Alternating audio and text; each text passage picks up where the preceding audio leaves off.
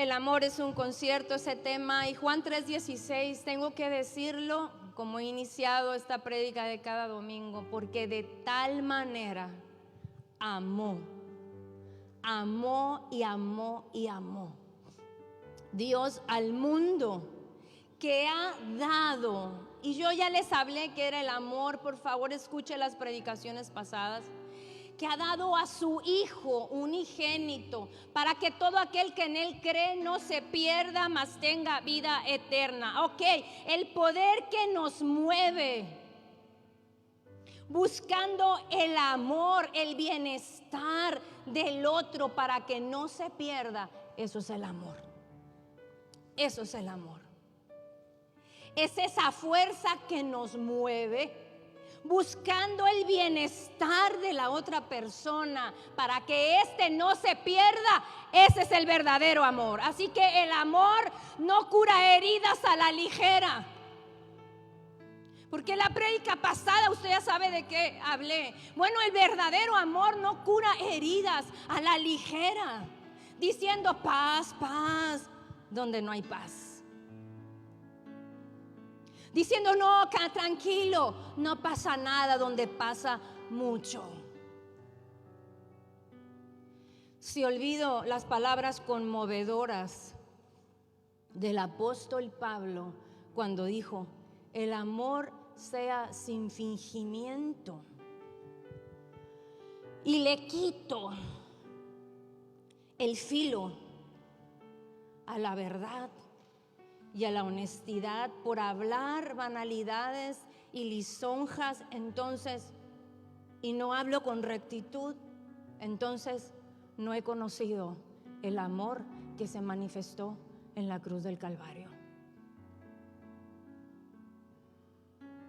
Porque sin fingimiento fue a la cruz y cargó, dice, todos nuestros pecados. Significa que Él cargó todos nuestros errores. O sí somos pecadores. Amén. La música es el arte de crear y organizar sonidos y silencios, porque estos también hablan y van a dar como resultado una melodía con cierta armonía y con cierto ritmo, mediante la cual el hombre va a expresar sus sentimientos. ¿Cuántos han oído la frase: uy, esto es música para mis oídos? ¿Han escuchado esa frase? ¿Verdad que sí? Cuando alguien hace algo, dice algo así bien hermoso, o tu hijo o tu hija se expresó de tal manera, o alguien se expresó bien hermoso de ti, qué sé yo, tú dices: es música para mis oídos.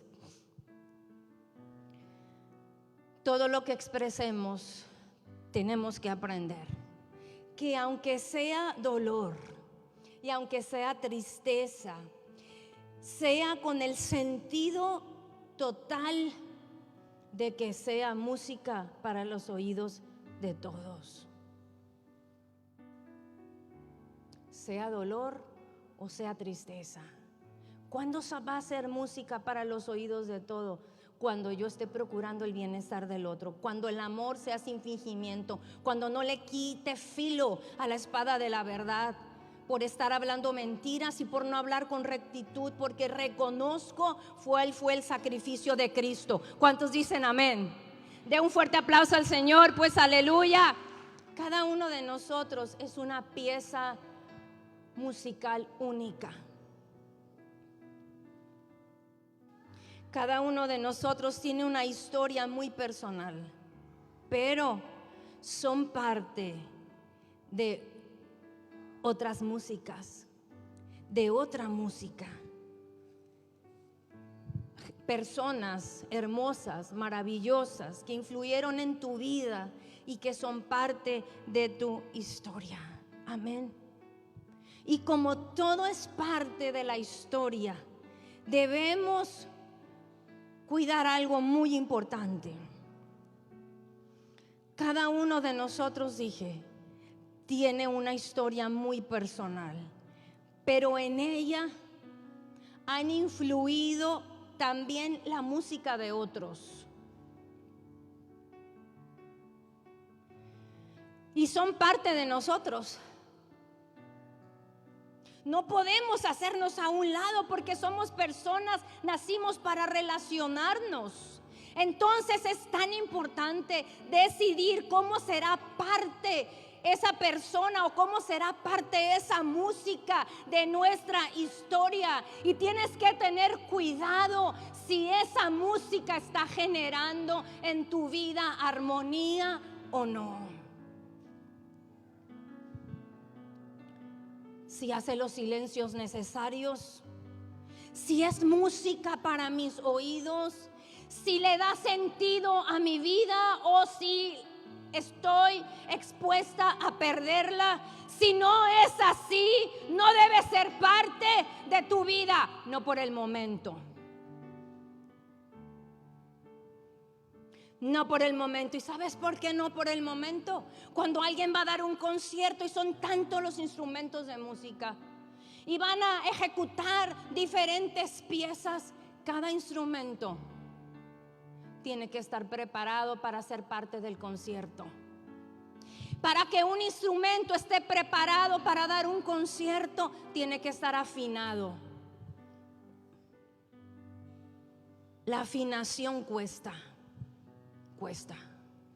Hay que afinar, significa perfeccionar.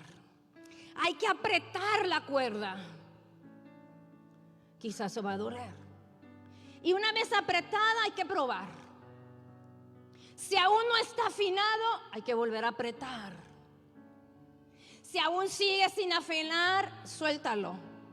Escucha. ¿En qué cuerda es que le falta afinación? Y vuelve a apretar. Tocarlo fuerte y tocarlo despacio.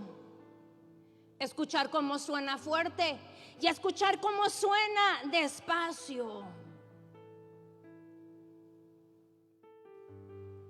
Juan 15, del 2 al 7. El Señor Jesús dijo: yo los voy a limpiar, los voy a perfeccionar, los voy a afinar para que den más resultados, para que den más frutos, para que puedan hacer muchas cosas.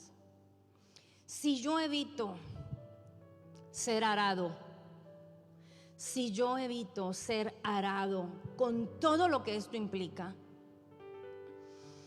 una manipulación brusca, situaciones desagradables que no me van a gustar, pruebas extrañas, ay, ¿cómo apareció esto? ¿En qué momento? Entonces no conozco el amor de Cristo, porque de eso habla su palabra. Si no pueden pedir de mí lo máximo, si no pueden exigir de mí un mayor esfuerzo, si mis compañeros, si mis hermanos, si mi esposo, si tu esposa tienen miedo de pedirte algo, como da tu mayor esfuerzo, como da más de ti, da lo máximo, tú puedes, y acuden a otros, entonces no has conocido el amor de Cristo.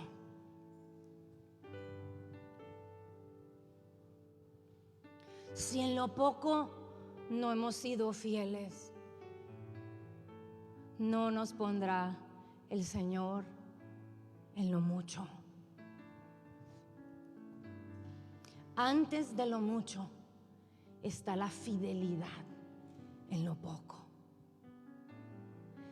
Si no pueden pedir de mí lo máximo, si no puedo dar mi mayor esfuerzo, no he conocido lo que dice la palabra de la milla extra. No conozco el amor de Cristo. Si no soporto las pruebas con sumo gozo y no las convierto en una esperanza para muchos, y si me olvido que el camino de la cruz me lleva a la cruz y no a un jardín lleno de rosas florido, sin sacrificios y sin obediencia, si regulo mi vida o mis pensamientos con base a estas palabras, incluso sin darme cuenta, y por eso me sorprendo cuando vienen las pruebas extrañas, y por eso me sorprendo cuando no encuentro en el camino de la cruz un jardín florido a mi gusto, y me extraña que ese camino sea tan escabroso, a pesar de que la palabra dice, Primera de Pedro 4:12 y 14, no os sorprendáis del fuego de la prueba, del fuego de la prueba que os ha sobrevenido, como si alguna cosa extraña os aconteciese. No conozco el amor de Cristo.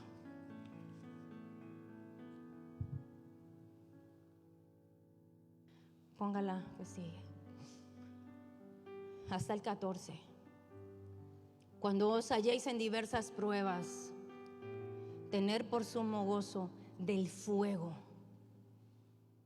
de esa prueba que va a venir sobre nosotros. Gozaos, por cuanto sois participantes de los padecimientos de Cristo, para que también en la revelación de su gloria, de ese poder que le da sentido y propósito a esa prueba, se gocen con alegría. Si sois vituperiados por el nombre de Cristo, sois doblemente bendecidos, porque el glorioso Espíritu de Dios reposa sobre vosotros. Ciertamente de parte de ellos es blasfemado, pero por vosotros es que glorificado. Si me niego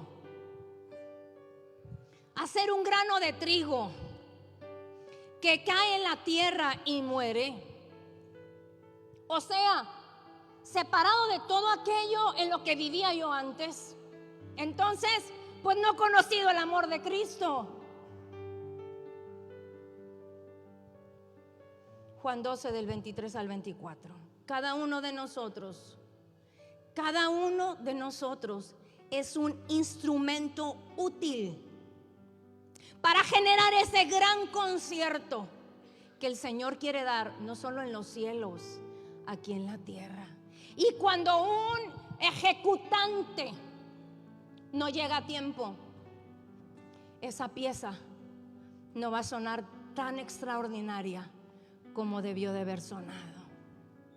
Cada ejecutante, cada soldado que se alista para estar en la milicia del Rey de Reyes y Señor de Señores, tiene que ocupar su lugar con fidelidad y a tiempo.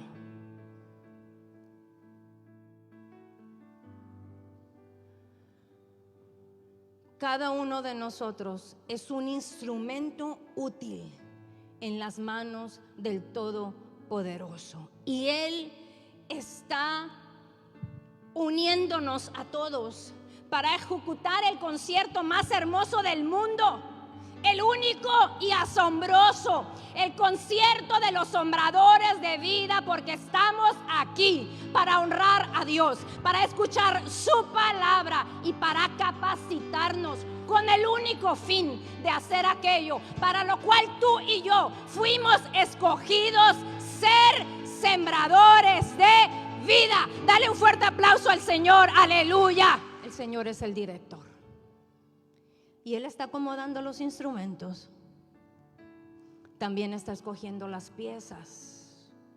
Y en Hechos 9:15 nos damos cuenta cómo acomodó una pieza.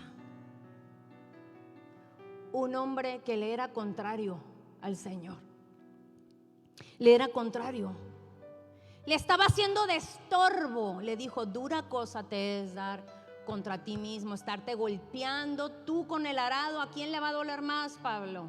Dura cosa te ha sido esto, y estás ser terco. Pero el Señor toca a Pablo, lo tira al suelo, queda ciego, va a algún lugar, y el Señor da una orden a un hombre,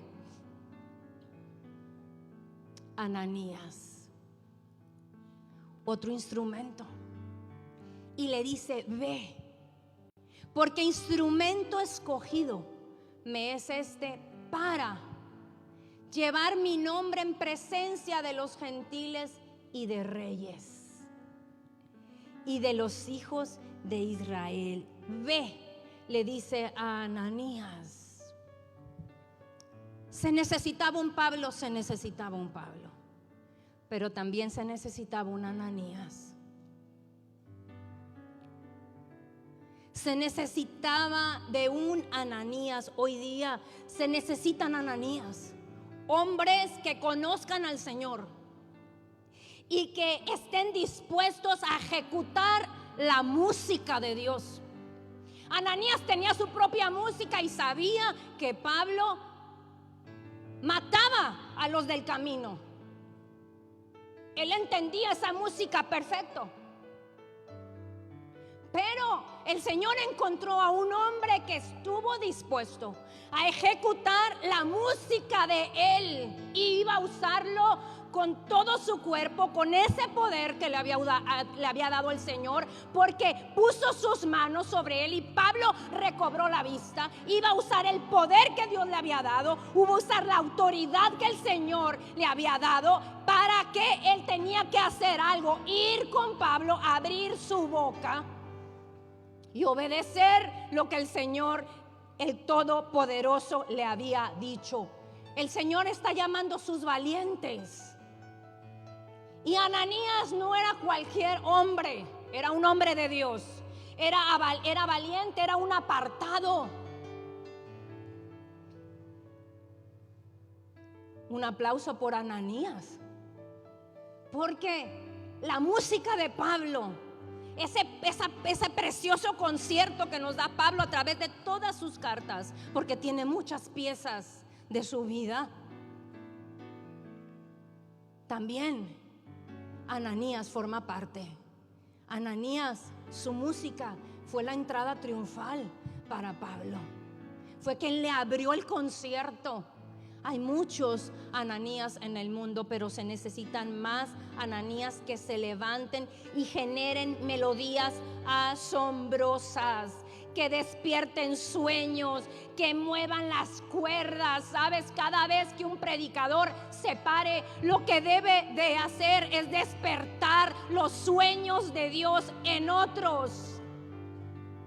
Es alumbrar con la luz de Cristo a todos para que entiendan cuál es la postura, la longitud, la longanimidad, la altura del amor de Cristo y a dónde te quiere llevar. Somos un instrumento de amor de parte de Dios, pero un instrumento de un verdadero amor. Y el instrumento del verdadero amor, ¿sabe qué es? Es un instrumento de guerra. Porque el amor todo lo puede. Es un instrumento de guerra, es una lucha por luchar, vaya la redundancia, el bienestar del otro. Es un instrumento que cambia, es un instrumento que transforma, que nos lleva a pararnos de cabeza si es necesario. ¿Cuántos se pararían de cabeza por un hijo? ¿Cuántos que irían a matar a su hijo? Máteme a mí. ¿Verdad que sí? Ese es el amor, es un instrumento de guerra. Daríamos la vida por los que amamos. Eso es lo que hay dentro de nuestro corazón. Eso es lo que nos hace vivir. Eso es lo que hace al corazón vivir. No son las cosas materiales, porque no tienen sentimientos. Las cosas materiales no tienen sentimientos. Ahora, sí provocan ciertos sentimientos. ¿Por qué? Porque quedan aquí en el corazón según el valor que le dimos a esos bienes materiales. Por ejemplo, a suponer esto es un collar. Y yo voy contigo y te digo: ay, muchas felicidades, te compré esto. Y así te lo aviento. O eso es un collar, es un bien material. O yo voy contigo y te digo: le compré esto. Te compré esto con mucho cariño, con mucho esfuerzo, porque te amo y se lo doy. Ok, entonces ese bien material yo le estoy dando un valor y está formando un sentimiento, sí, pero no es en sí por el valor del objeto, sino por lo que provocó en mí, amén, ese sentimiento que provocó en mí de la persona que me ama. Entonces, lo que hace vivir, vibrar, palpitar, son los sentimientos que causan provecho y que causan bienestar a nuestro corazón. ¿Por qué? Porque dan esperanza, porque dan fuerza para seguir adelante, porque dan fuerza para seguir palpitando. Yo puedo sentir ese amor, y a lo largo de la vida el ser humano experimenta muchísimos sentimientos. Entonces, un sentimiento es el resultado de lo que yo pienso después de experimentar, esa palabra es clave, una emoción. ¿Qué es una emoción? Una emoción es una reacción inmediata. Ok, por ello, ¿con qué trata Dios? ¿Con las emociones o con los sentimientos? Dios no trata con las emociones, Dios trata con los sentimientos. ¿Por qué? ¿Por qué Dios trata con los sentimientos? No quiere decir que no lo haga con las emociones. Cuando Él toma control de nuestra vida, va a tratar con todo, pero le interesa que se arraigó en ti. ¿Ok? Cuando, fíjense, la primera reacción de Ananías fue: ¡qué miedo! Fue su emoción. Reaccionó a algo, como si este mata a los cristianos. Pero luego que Dios habló con él, ve, porque instrumento me es. Entra el sentimiento. Es un proceso de reflexión donde yo empiezo a procesar esa emoción. Entonces, Ananías, como estaba lleno de Dios, entonces este hombre empieza a experimentar un sentimiento de esperanza. De esperanza. Le va a hablar a los gentiles, Ananías. Va a estar frente a reyes. Me imagino que Ananías en ese momento sintió: lo que ocupamos. Y Ananías fue donde había una necesidad. ¿Cuántos de nosotros vamos a ir y a suplir toda necesidad de parte de Dios? Si Dios nos llama, ¿lo haríamos? Si Dios te llama, ¿lo harías? Los sentimientos que no son provechosos para nuestra vida, sino que provocan en nosotros algo malo, le voy a poner nombre. ¿Sabe qué provocan en mi vida y en tu vida? Infertilidad. Los sentimientos que no son provechosos, lo único que va a traer a tu vida es infertilidad. No va a haber fruto. Te vas a sentir infértil. Y con ello, ¿sabes qué va a traer a tu vida? Enfermedad. Muy bien, 2 mandamientos: amar a Dios con todo el corazón, con toda la amas a Dios sobre todas las cosas. Y el segundo, ama a tu prójimo como a ti mismo, les dijo el Señor. Y estos conocían ese mandamiento porque estaba en uno de los libros de la Torá. Yo quiero que vayamos a eso que les recordó el Señor. Levítico, vete por favor. Levítico 19:18. Quiero sacarlo de ahí. El ama a tu prójimo. Ok. No te vengarás ni guardarás rencor a los hijos de tu pueblo, sino amarás a tu prójimo como a ti mismo, yo Jehová. Déjalo ahí. Dios nos instruye. De hecho, nos ordena, nos está ordenando a amarnos el uno al otro. Y al hacerlo agrega, junto al amarás a tu prójimo como a ti mismo, cierta información. Cierta información que es muy necesaria y que incluso pareciera no ser como un referente a ama a tu prójimo como a ti mismo, pero sí, cuando la Biblia dice algo es porque es importante. y antepone la antesala de amarás a tu prójimo como a ti mismo, dice no te vengarás ni guardarás rencor. Ok, ¿qué hacen estos dos mandamientos de no te vengarás ni guardarás rencor? ¿Qué hacen esos dos mandamientos juntos en el mismo versículo? O sea que son tres. ¿Qué tiene que ver no vengarse o guardar rencor con amar al prójimo?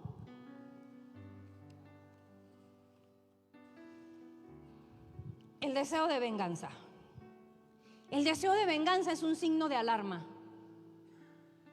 Es un signo de alarma en una persona, ¿sabes? Es un signo de alarma y está afectando su salud mental. De hecho, la Asociación Americana de Psiquiatría en el DSM-5 la incluye como un trastorno mental. ¡Qué fuerte! Describe ciertas características y rasgos que pueden estar muy relacionadas con los impulsos de esas personas de deseo de venganza, como inestabilidad emocional, dramatismo, actitudes no empáticas hacia los demás, narcisismo, primero yo, luego yo, después yo, luego yo. Dije, no, estamos cada día más perdidos, dije. Trastornados mentalmente esta sociedad. El deseo de venganza es un signo de alarma. Nace de la percepción de injusticia.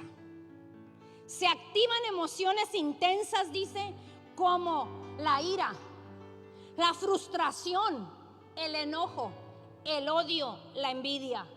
El sentimiento de fondo es la rabia, el coraje, el enfado, la baja tolerancia a la frustración y un golpe al ego. Esto va a provocar comportamientos agresivos, aislamiento, va a involucrar a otros en su deseo de venganza. Eso es lo más grave. El rencor. ¿El rencor qué es? El rencor es el malestar o el desagrado que se experimenta por una persona a la cual se responsabiliza de algún daño, dolencia o sufrimiento del pasado. Está vinculado al odio y a la agresividad. Viene del latín, nunca lo había escuchado. Viene del latín rancor, derivado del verbo rancidus, que significa rancio. El resentimiento, el rencor es un rancio sentimiento. Digo correcto. El rencor es un rancio sentimiento. Y si está rancio, una persona llena de rencor produce mal olor. El estar rancios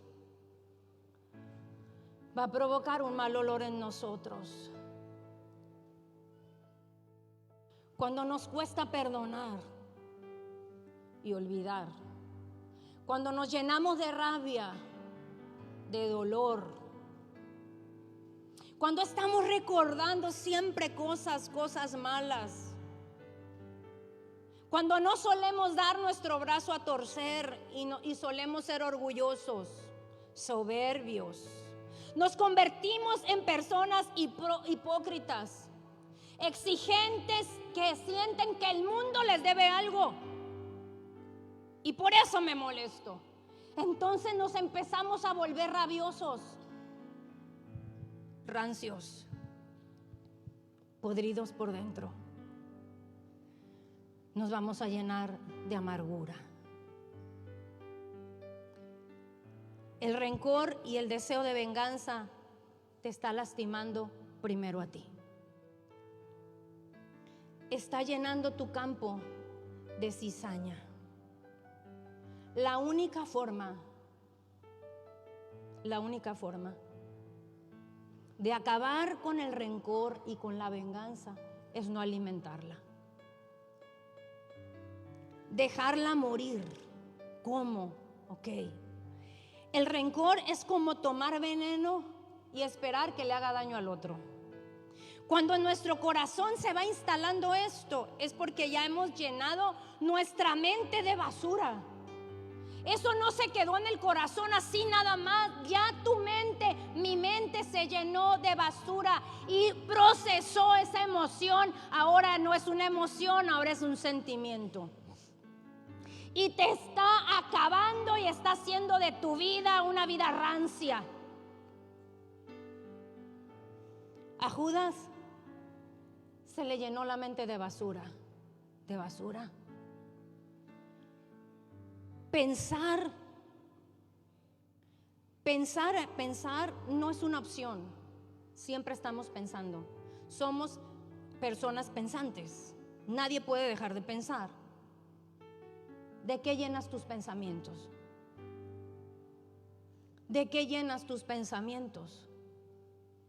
Porque de lo que llenas tus pensamientos, eso es lo que está en tu corazón. Y dice el proverbio que tal es él. Proverbios 23:7.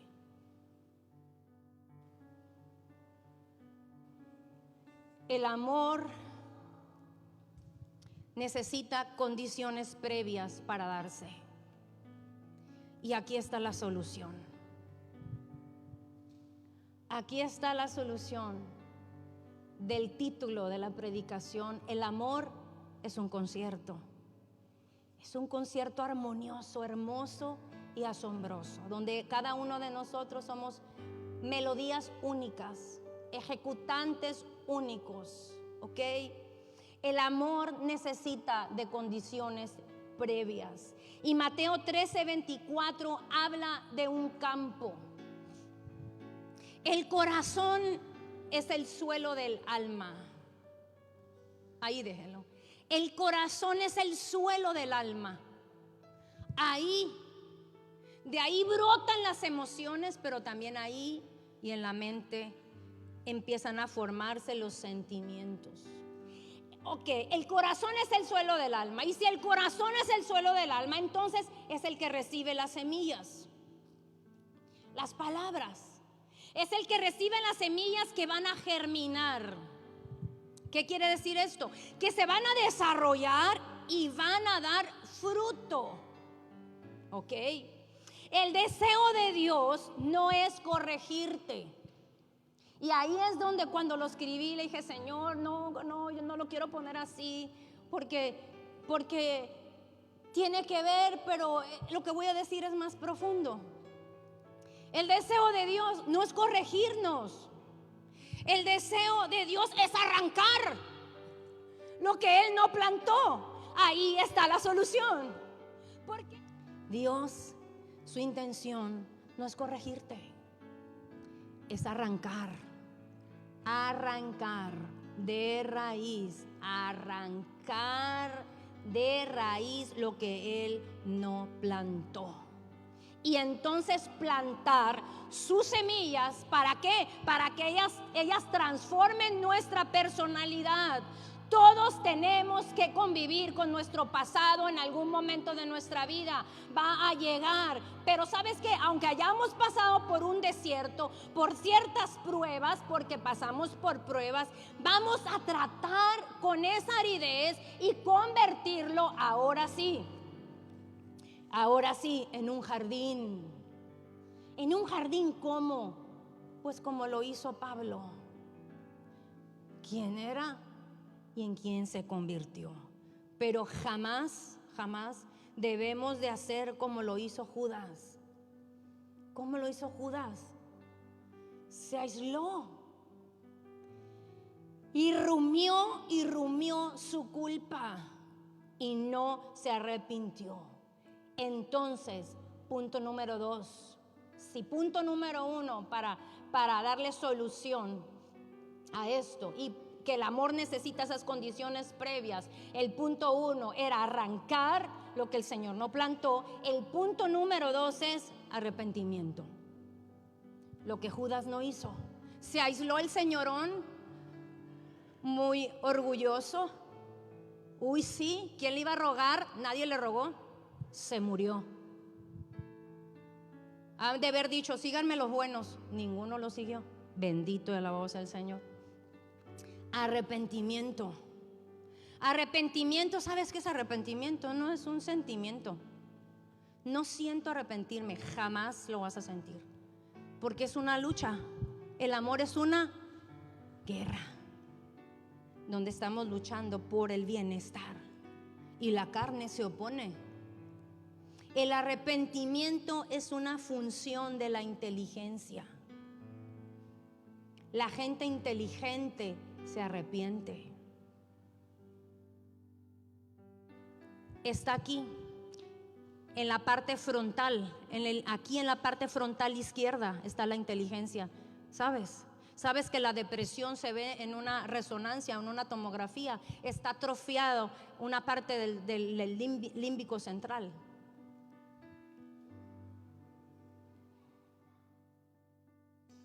El arrepentimiento es una función de la inteligencia porque nos hace reflexionar.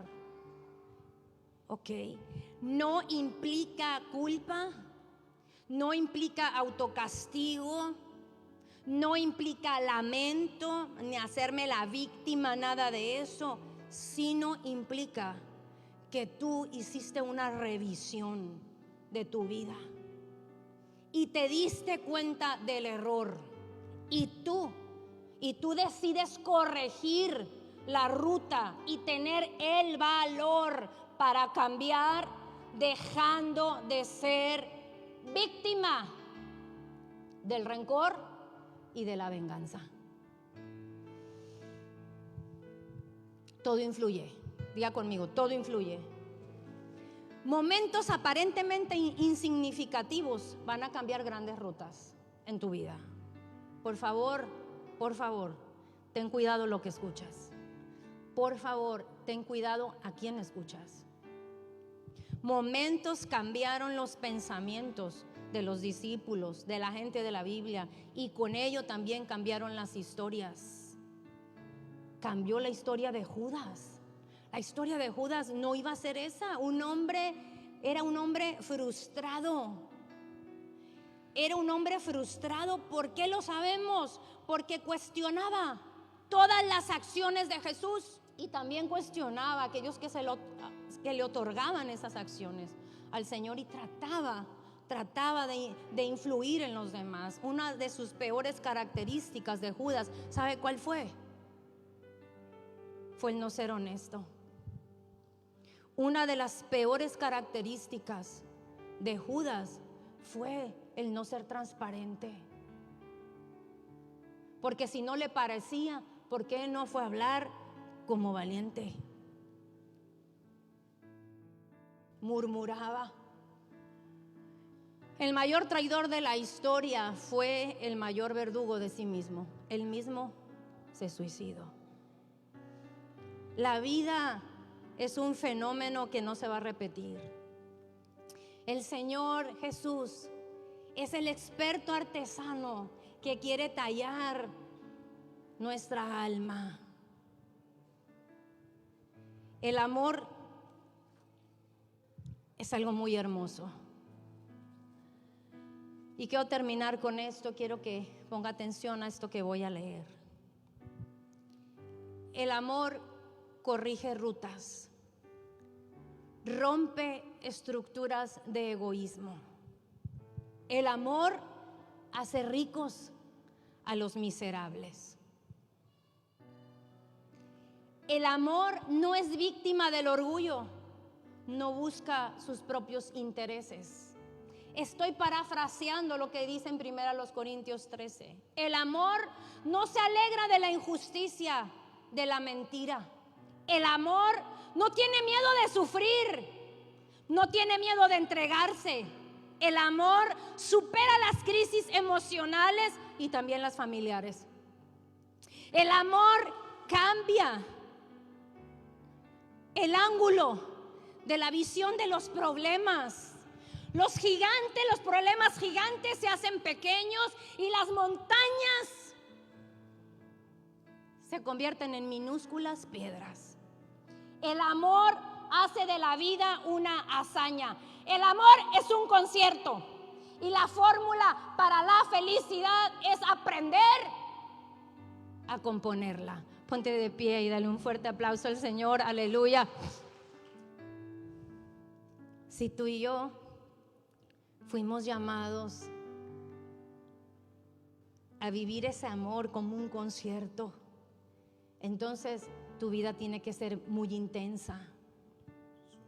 La vida del apóstol Pablo fue una vida intensa, tan intensa, tan feliz. Eso es vivir la vida intensamente. Tan feliz que aún encerrado, que aún encarcelado, su recomendación, ¿sabe cuál fue? Estad siempre gozosos. Mirad que ninguno pague a otro mal por mal. Antes, seguid siempre lo bueno, unos para con otros y para quién, con todos. Regrésate al 14. Ahí, estad siempre gozosos. Un hombre, ¿sabe cuándo lo escribió? Estaba en la cárcel.